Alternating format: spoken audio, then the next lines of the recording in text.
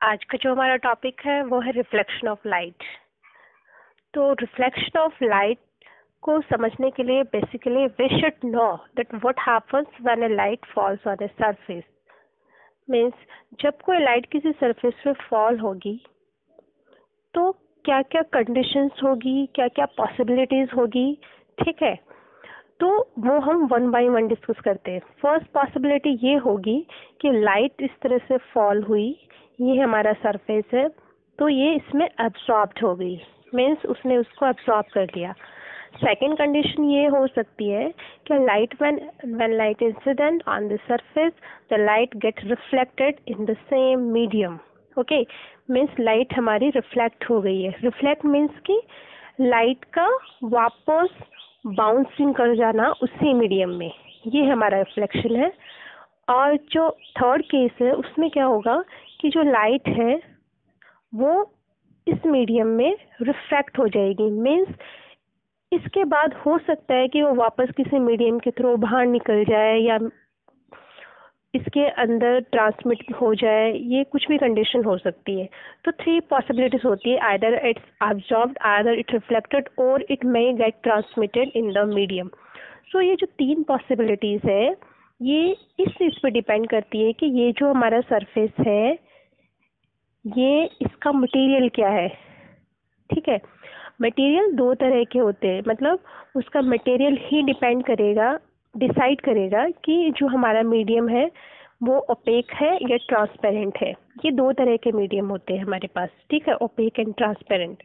तो ये it will be decided by the material of that medium. Okay, तो सबसे पहले रिफ्लेक्शन में आपको बता देती हूँ कि reflection means when a ray strikes the boundary of two medium. Means एक हमारे पास एयर है इधर और ये हमारे पास ग्लास है, वाटर है, मिरर है, कुछ भी है। जब लाइट रे एक मीडियम से दूसरे मीडियम में जब पास होती है तो उसका वापस उसी मीडियम में बाउंस बैक कर जाना कहलाता है रिफ्लेक्शन, ठीक है। अब दो तरह के मीडियम मैंने आपको बता दी, opaque medium and transparent medium. यहाँ ट्रांसपेरेंट मीडियम से हम डिस्कस नहीं करने जा रहे, बेसिकली ये ट्रांसमिट करता है which we will discuss later. पहले हम लोग डिस्कस करने जा रहे हैं ओपेक मीडियम। ओपेक मीडियम क्या करते हैं, लाइट को या तो रिफ्लेक्ट करते हैं या उसको एब्सॉर्ब कर लेते हैं, ठीक है। अब ये हम किस तरह से समझते हैं, जैसे हमने एक एग्जाम्पल लिया मिरर एंड वॉल, ये दो एग्जाम्पल लिए हमने, ये हमारा मिरर है, ये हमारा वॉल है, ठीक है। अब क्या होता है कि दोनों की जो सरफेस है, दोनों की सरफेस जो है वो हमें प्लेन दिखाई देगी, ठीक है, एंड ओपेक भी है दोनों की, ठीक है।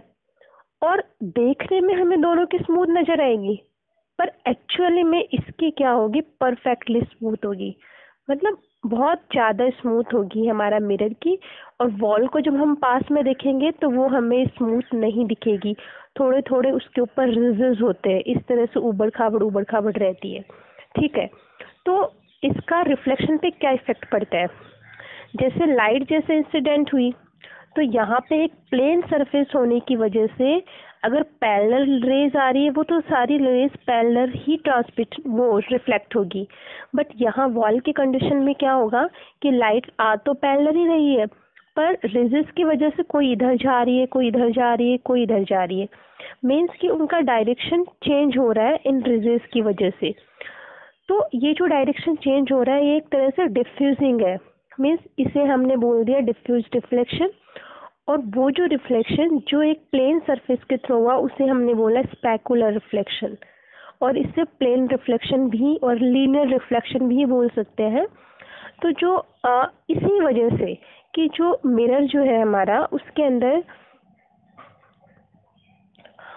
लीनियर रिफ्लेक्शन हो रहा है और जो वॉल है उसके अंदर डिफ्यूज रिफ्लेक्शन हो रहा है, इसी दोनों रीजन की वजह से हम मिरर में हमारी इमेज देख पाते हैं जबकि वॉल के अंदर हमें इमेज नहीं दिखती।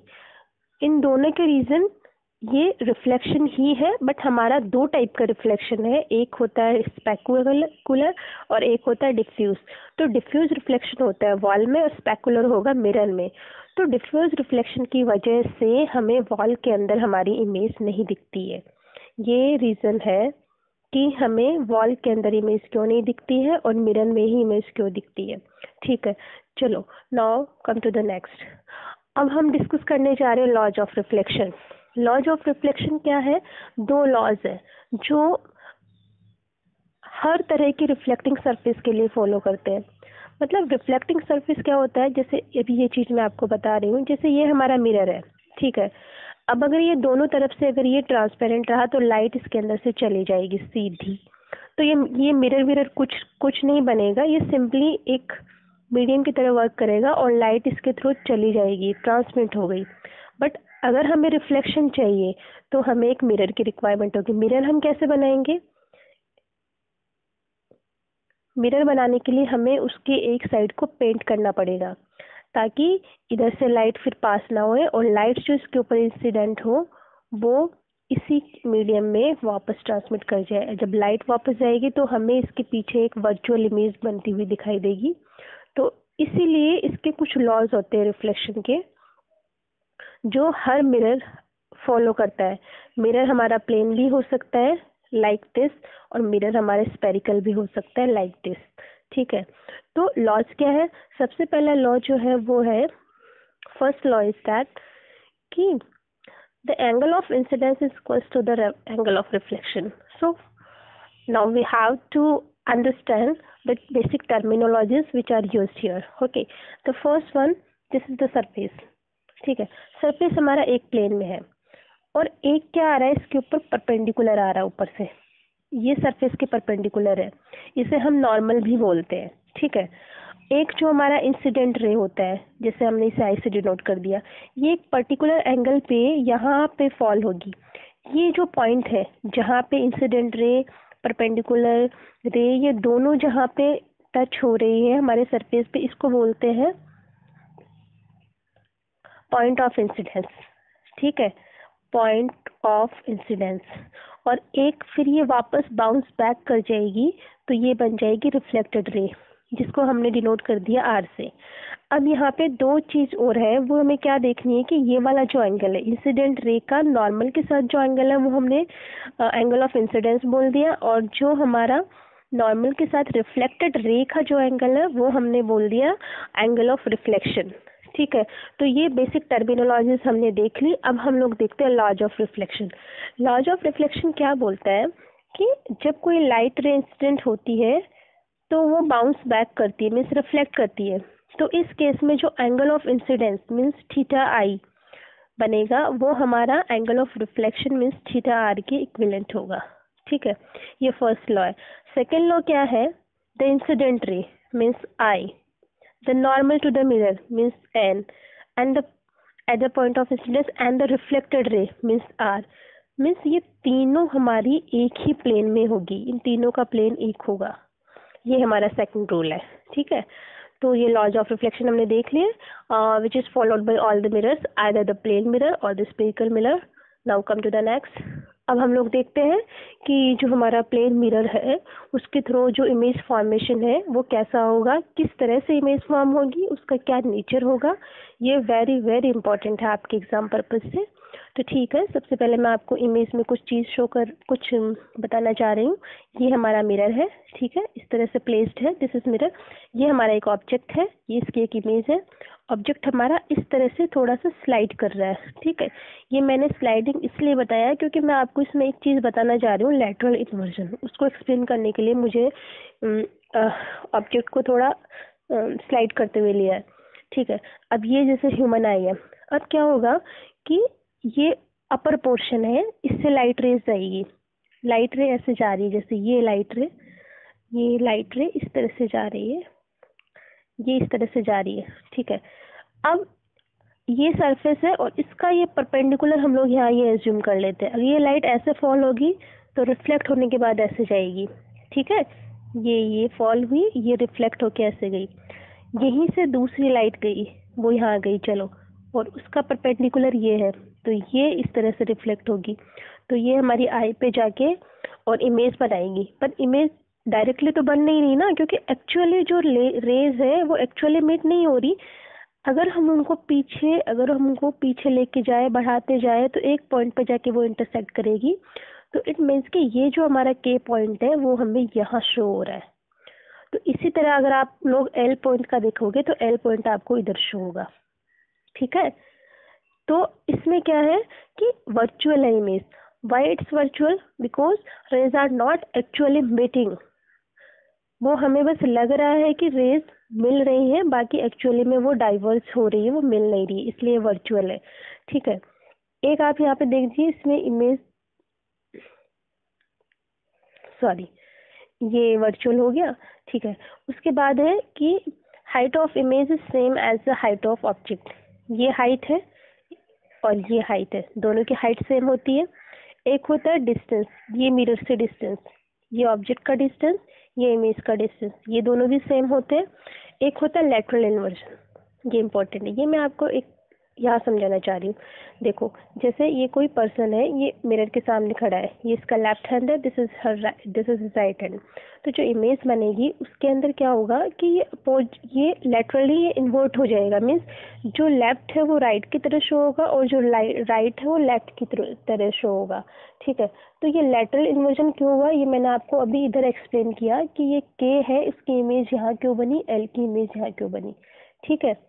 मतलब ये आपको इधर लेटरल इन्वर्जन, एक तरह से राइट का लेफ्ट और लेफ्ट का राइट में चेंज हो जाना, यही लेटरल इन्वर्जन है, ठीक है। अब जो अगली चीज है वो है हाइट। अब ये तो मैंने आपको इसकी कुछ प्रॉपर्टीज बता दी है कि किस तरह की इमेज बनेगी, क्या होगी। ये जो दो पॉइंट है 5 और 6, इनमें क्या है कि इनमें इनमें ये बता रहे हैं कि जैसे क्या हो रहा है कि एक क्वेश्चन है, वो भाई बहुत बार एग्जाम्स में पुट अप होता है कि अगर हमारी ऑब्जेक्ट की हाइट h है, ठीक है, तो हमें मिनिमम कितनी हाइट के मिरर की हमें रिक्वायरमेंट होगी, मिनिमम कितने हाइट की, ताकि हमारे ऑब्जेक्ट की हम फुल इमेज देख पाए। तो वो होती है इसका हाफ, जो हमारा ऑब्जेक्ट की इमेज है उसका हाफ, ठीक है। और एक एक क्वेश्चन इस तरह से पुटअप होते हैं कि जैसे ये हमारा मिरर है, ये ऑब्जेक्ट है। अब ऑब्जेक्ट इस स्पीड से अगर इधर जा रहा है मिरर की तरफ, तो हमारी इमेज क्या होगी, इसकी डबल स्पीड से मिरर की तरफ आएगी। और ऐसा ही अगर ये इस डायरेक्शन में जा रहा है वी से, तो हमारी इमेज भी मिरर से दूर जाएगी, पर वो इसकी डबल स्पीड से। मीन्स अगर हम मिरर के पास जा रहे हैं तो हमारी इमेज उसके दुगनी स्पीड से हमारे पास आएगी। सेम अगर हम लोग दूर जा रहे हैं तो हमारी इमेज उसकी डबल स्पीड से मिरर से दूर जाएगी। तो ये कुछ प्रॉपर्टीज है जो मिरर में इमेज फॉर्मेशन से रिलेटेड है। Now come to the next. ये मैं आपको एक डायग्राम के थ्रू समझा देती हूँ जो हमने क्या क्या उधर पीछे डिस्कस किया। सबसे पहले हमने डिस्कस किया कि जो हमारी जो इमेज है वो वर्चुअल होगी, ठीक है। वर्चुअल होगी ऑब्वियसली, क्योंकि यहाँ पे इमेज रेज का हमें आभास हो रहा है कि वो मीट हो रही है, बाकी एक्चुअली में they are not meeting. Second क्या है, जैसे ये हमारा ऑब्जेक्ट का डिस्टेंस है, ठीक है, ये हमारा ऑब्जेक्ट का डिस्टेंस है डी ओ, और ये हमारे इमेज का डिस्टेंस है डी आई, दोनों इक्वल होंगे, ठीक है। दूसरा, जैसे ये हमारी हाइट ऑफ ऑब्जेक्ट है और ये हमारा हाइट ऑफ इमेज है, तो ऑब्जेक्ट की हाइट इमेज की हाइट के इक्विवेलेंट होगी, ठीक है। और तीसरा, लैटरली इन्वर्टेड भी होगी दोनों, ठीक है। और चौथा क्या था कि अगर हम लोग v स्पीड से जाए तो हमारी इमेज 2v स्पीड से आएगी, और अगर हम लोग इस तरह से जाए v से तो ये भी इस तरह से 2v से जाएगी। तो ये कुछ प्रॉपर्टीज है जो मिरर की है। यह हमने जो हमारा प्लेन मिरर है उसका पोर्शन हमने कंप्लीट कर लिया है। मेन पॉइंट्स हमने डिस्कस कर लिए हैं कि रिफ्लेक्शन क्या है, लॉज ऑफ रिफ्लेक्शन क्या है, और जो हमारा प्लेन मिरर है उसके ऊपर किस तरह से रिफ्लेक्शन हो रहा है, किस तरह से इमेज बन रही है, और इमेज की प्रॉपर्टीज क्या क्या है, ठीक है। Now come to the spherical mirrors. अब हमने पीछे डिस्कस किया प्लेन मिरर। प्लेन मिरर क्या थे, सिंपली ऐसे थे। अगर हमने इसी को अगर हमने कर्व कर दिया तो ये हमारे हो गए स्पेरिकल मिरर्स। ये कर्व ऐसे भी हो सकता है और ऐसे भी हो सकता है, ठीक है। तो a mirror whose reflecting surface is a part of sphere.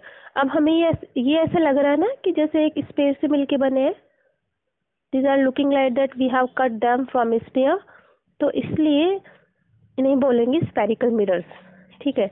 अब यहाँ आप देख लीजिए, ये एक पोर्शन हमने इस साइड का पोर्शन लिया, ये हमने ये वाला पोर्शन लिया मिरर का। अब दोनों में डिफरेंस क्या है? लोगों को बहुत कंफ्यूजन होता है कि कॉनकेव मिरर कैसे बनेगा और कॉन्वेक्स मिरर कैसे होगा। ठीक है, अब मैं आपको इसका एक अच्छा सा ट्रिक आपको समझाती हूँ कि कैसे लर्न कर रहा है। देखिए, कॉनकेव में आपको क्या शो हो रहा है? केव। केव मीन्स आप जानते हो ना, केव का मुंह ऐसे खुला होता है, फिर हम लोग उसके अंदर जाते हैं, गुफा मतलब। ठीक है, इसका मतलब उसके इस साइड से हम लोग एंटर करते हैं। तो मीन्स ऐसा पोर्शन जो गुफा बना रहा हो, गुफा तो ये भी बना रहा है, पर एंट्री पॉइंट क्या है गुफा का? ये वाला। मीन्स कि इस साइड से हमारी रे एंटर करेगी। अगर रे इस साइड से एंटर करेगी तो मीन्स कि ये वाला पोर्शन क्या है हमारा? Reflecting surface. रिफ्लेक्टिंग सरफेस इसे बोलेंगे। The surface where the ray of light is coming and reflecting back is called as reflecting surface. और ये जो पीछे का पोर्शन है, इसे हमने क्या कर दिया? पेंट कर दिया। ठीक है, तो सेम इसमें इसमें अपोजिट होगा। अगर कॉनकेव हमने देख लिया तो कॉन्वेक्स इसका बिल्कुल अपोजिट होगा। ठीक है, उसके अंदर क्या होगा? सॉरी, उसके अंदर क्या होगा? इसका अपोजिट इस तरह से होगा कि कॉन्वेक्स मिरर में क्या होगा? ये हमारा कॉन्वेक्स मिरर है। ठीक है, पर इसमें क्या होगा कि जो अंदर वाला जो सरफेस है, ठीक है, उसे हमने क्या कर दिया? पेंट कर दिया। और जो रिफ्लेक्टिंग सरफेस है वो कौन सा है हमारा? बाहर वाला। ठीक है, अगर इसे नहीं करेंगे तो ये केव बन जाएगा ना। ये केव नहीं है इसलिए हमने बाहर वाले को रिफ्लेक्टिंग रखा है, और ये केव है इसलिए अंदर वाले को हमने रिफ्लेक्टिंग रखा है। ठीक है, तो ये तो आपने ये समझ लिया कि किस तरह से कौन सा हमारा प्लेन कॉन्वेक्स मिरर है और कौन सा हमारा कॉनकेव मिरर है। ठीक है, अब ये जो इसके principal axis, radius of curvature, centre of curvature, pole, ये जो भी टर्मिनोलॉजीज यहाँ पे शो हो रही है, ये मैं आपको आगे डिस्कस करने जा रही हूँ। ठीक है, सबसे पहले ये मैंने आपकी बुक का कुछ पोर्शन लिया है, 10th क्लास की जो साइंस का जो चैप्टर है रिफ्लेक्शन ऑफ लाइट, तो उसमें से देखो आप लोग यहाँ देखिए। द रिफ्लेक्टिंग सरफेस, ये एक्सप्लेन कर रहे हैं कि वो क्या होता है कि reflecting surface of a mirror may be curved inwards. Curved inwards means कि अंदर की तरफ कर्व हो सकता है या बाहर की तरफ। ठीक है, ऐसा मिरर जो spherical mirror whose reflecting surface is curved inwards, that is face toward the center of sphere, is called as concave mirror। ठीक है, अब रिफ्लेक्टिंग सरफेस ये है। ठीक है, ये है इसका, और ये क्या है? अंदर की तरफ कर्व्ड है। ये अंदर की तरफ कर्व्ड इसको बोलेंगे। और देखो, अंदर की तरफ कर्व्ड इनसाइड और कर्व्ड आउटसाइड मैं आपको सिखाती हूँ। अगर ये अगर इसको हम लोग कर्व्ड इनसाइड बोलेंगे तो इसका मतलब रेज इधर से आएगी और ये इसको ऐसे अंदर की तरफ ले रहा है। और कर्व्ड आउटसाइड मतलब कि रेज इधर से आएगी और रेज को अंदर ना लेके ये वाले पोर्शन को ले रहा है। तो मीन्स ये कर्व्ड आउटवर्ड्स हो जाएगा, ये कर्व्ड इनवर्ड्स और ये कर्व्ड आउटवर्ड्स। ये आपकी बुक की लैंग्वेज के अकॉर्डिंग आप समझ लीजिए। ठीक है, अब इसी को एक तरह से सरफेस ऑफ स्पून की तरह शो किया गया है। जैसे हमारी जो स्पून होती है, तो वो आप खुद समझ देख लीजिए ये किस तरह से स्पून को इसने बोला है।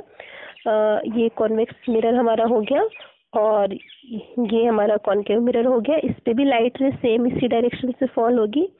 ठीक है, और इस पे भी इस तरह से। Now come to the next. ठीक है, अब हम लोग इससे स्फेरिकल मिरर जो हमारा है, इससे रिलेटेड भी कुछ टर्मिनोलॉजीज है, हम एक्सप्लेन करने जा रही हूँ। अब लैंग्वेज में लिखना तो आप लिख सकते हो। बेसिकली आपको इसका जो बेसिक क्या है, क्यों हम इन्हें पोल बोल रहे हैं, फोकस बोल रहे हैं, ठीक है, तो आपको ये समझना बहुत ज़रूरी है। ठीक है, तो सबसे पहले मैं इनको डिस्कस बाद में करूँगी, पहले ही मैं एक डायग्राम लेके आपको समझा रही हूँ। ठीक है, इस डायग्राम में क्या है? इस डायग्राम में क्या है? ये जैसे कॉनकेव मिरर मैंने ले लिया। ठीक है, कॉनकेव मिरर मैंने ले लिया, तो इसमें क्या है? जैसे ये मेरा मिरर है, कॉनकेव मिरर, और ये वाला सरफेस मेरा क्या है? पेंटेड है।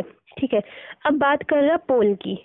अब ये जो मेरा इतना सा पोर्शन है, इसे मैंने ए बी बोल दिया। इसे मैंने क्या बोला? A B. और ए बी क्या है? मेरा स्पेरिकल मिरर है। उसका ये जो सेंटर पॉइंट है उसे हमने बोला pole. Means centre point of reflecting surface of mirror. ये इसका रिफ्लेक्टिंग सरफेस है। जैसे ये है इसका रिफ्लेक्टिंग सरफेस, ये वाला अंदर की तरफ वाला, तो इसका जो मिड पॉइंट है ये पोल बोलेंगे। सेम ये कॉन्वेक्स मिरर में भी सेम यही होगा, मिड पॉइंट ये पोल आ जाएगा। अब दूसरा है centre of curvature and radius of curvature, ये मैं दोनों आपको साथ साथ समझाती हूँ, ठीक है। अब देखो जैसे क्या है, ये हमारे स्फीयर है, ठीक है, ये हमारे स्फीयर है, इस स्फीयर की कुछ सेंटर है और इसका कुछ रेडियस है, ठीक है। ये पहले से था, पहले ये एक स्फीयर था, फिर हमने क्या किया, इसको ये इतना पोर्शन हमने कट कर लिया, सिर्फ इतना रहने दिया, और क्या बना दिया हमने, एक मिरर बना दिया, दूसरी साइड से उसको पेंट कर दिया। तो अब आप देखिए जो स्फीयर का जो सेंटर था, ठीक है, सेंटर ऑफ स्फीयर, उसको हमने इस मिरर का क्या बोल दिया, सेंटर ऑफ कर्वेचर, ठीक है, और सी से हमने डिनोट कर दिया, ठीक है।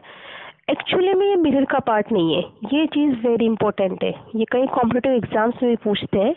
Centre of curvature is not the part of mirror, ये हमने बस एक अज्यूम किया है कि स्फीयर का पार्ट होगा और ये यहाँ पे लाई करेगा, ठीक है। दूसरा है रेडियस ऑफ कर्वेचर, तो सेम जो स्फीयर का जो रेडियस है वो ही हमारे मिरर के लिए क्या क्या कैसे यूज होगा, as a radius of curvature, means उनका नेम चेंज हो रहा है। Centre of curvature means centre of curvature हम लोग यूज ले रहे हैं मिरर के लिए, रेडियस ऑफ कर्वेचर मिरर के लिए, सेम सेंटर और रेडियस फिर हम स्फीयर के लिए यूज लेंगे। तो स्फीयर का जो सेंटर और रेडियस होगा, जो सेंटर और रेडियस होगा वही हमारे मिरर के सेंटर ऑफ कर्वेचर और रेडियस ऑफ कर्वेचर बन जाएंगे, ठीक है। अब हम लोग आगे डिस्कस कर रहे हैं वो है प्रिंसिपल एक्सिस। अब क्या होता है कि ये सेंटर है और कर्वेचर है और ये पोल है, तो जो रे इस सेंटर और पोल से पास होती है, और इधर भी ये पोल और सेंटर से पास होगी जो रे, उसे हम बोलेंगे प्रिंसिपल एक्सिस, ओके। अब नेक्स्ट है फोकस। फोकस बहुत इंपॉर्टेंट है, फोकस समझाने, फोकस और फोकल लेंथ मैं आपको समझाने के लिए नेक्स्ट स्लाइड पे लेके जाती हूँ। देखिए ये हमारा कॉनकेव मिरर है, केव बना रहा है, ये हमारा कॉन्वेक्स मिरर है, ठीक है, लाइक दिस। अगर ये केव बना रहा है तो लाइट रे इस तरह से इंसिडेंट होगी, इसमें भी लाइट रे इस तरह से इंसिडेंट होगी, अगर ये इसकी लाइट रे इस तरह से इंसिडेंट होगी। अब क्या होता है कि ये जो होता है मिरर्स की कुछ प्रॉपर्टीज होती है, किस तरह से रेज आएगी, किस तरह से रिफ्लेक्ट करेगी, वो मैं मेरा जो नेक्स्ट वीडियो लेके आऊँगी उसमें आपको एक्सप्लेन करूँगी। बट यहाँ बताती हूँ कि जो प्रिंसिपल एक्सिस के पैरेलल जो रेज आएगी वो रिफ्लेक्ट होने के बाद इस तरह से कुछ जाएगी और एक पॉइंट पे जाके मिलेगी, उसी को हमने नेम दे दिया फोकस। तो कॉनकेव के केस में तो ये रियली मीट कर रही है, मिल रही है, सच में मिल रही है मीन्स। और कॉन्वेक्स के केस में क्या है कि ये डाइवर्जिंग है, ठीक है, तो इसकी रे इस तरह से चली जाएगी, डाइवर्ज कर जाएगी, ठीक है। तो ये तो बहुत दूर दूर फैल रही है, ये तो मीट नहीं हो रही, पर हम इसको जब पीछे जब हम इसको बढ़ाएंगे तो एक पॉइंट पे जाके ये हमें मिलती हुई मिलेगी, दिखेगी, तो वही हमने इसको कॉन्वेक्स मिरर का फोकस बोल दिया, ठीक है। तो अब आपको यहाँ पे फोकस समझ में आया, तो ये हमारा फोकस हो गया। अब क्या है कि ये जो फोकस है और ये जो पोल है, दोनों के बीच का जो डिस्टेंस है वो हमारे क्या बन गया, फोकल लेंथ। सेम यहाँ पे ये pole and a focus, the distance between this two is called as focal length, okay. अब आप देख लीजिए इधर फोकस मैंने बता दिया है, ये यहाँ पे कहीं होगा, इसमें भी यहाँ कहीं होगा, और फोकल लेंथ आप देख लीजिए। अब एक चीज़ है रेडियस ऑफ कर्वेचर के आपको रिलेशन समझाती हूँ मैं, ठीक है। रेडियस ऑफ कर्वेचर, देखो ये हमारा सेंटर ऑफ कर्वेचर है, ठीक है, ये हमारा सेंटर ऑफ कर्वेचर है, इधर भी ये हमारा सेंटर ऑफ कर्वेचर है, ठीक है। अब क्या है, मैं एक बार इसको इरेज करती हूँ, ठीक है, ये है centre of curvature, it means कि ये पूरा डिस्टेंस क्या है, आर है, ठीक है, आर है, और ये हमारा फोकस है, और ये वाला डिस्टेंस क्या है हमारा, फोकल लेंथ, जिसे हमने एफ से डिनोट कर दिया, ठीक है, ये आर से। अब जो रेडियस ऑफ कर्वेचर है वो क्या होती है, हमारे फोकल लेंथ का डबल होती है, ठीक है, या हम ये कह सकते हैं कि जो हमारी फोकल लेंथ है वो हमारी जो रेडियस ऑफ कर्वेचर है उसका हाफ होती है, ठीक है, ये इम्पोर्टेंट है। ये आप देखिए यहाँ पे focal length degrees of curvature का हाफ होती है। ये कई बार जैसे न्यूमेरिकल वगैरह आ जाते हैं, इससे रिलेटेड एक साइन फॉर्मूला करके वो आगे इससे रिलेटेड कुछ लेंस फॉर्मूला वगैरह होंगे, तो उनसे रिलेटेड कुछ जो न्यूमेरिकल आएंगे तो उसके अंदर ये हमें यूज़ करना होगा। ठीक है, ये आपने देख लिया। Okay, thank you. मैं जो आपके लिए नेक्स्ट वीडियो में आपके लिए लेके आऊँगी, वो इस वीडियो में हम लोग डिस्कस करेंगे कि स्फेरिकल मिरर, कॉन्केव मिरर और कॉन्वेक्स मिरर से जो इमेजेस बन रही है वो किस तरह से बन रही है। ठीक है, कॉन्केव मिरर और कॉन्वेक्स से किस तरह की इमेजेस बन रही है, कहाँ कहाँ ऑब्जेक्ट पॉइंट होगा, कहाँ कहाँ उनकी इमेज बनेगी और क्यों बनेगी। Okay, thank you for watching.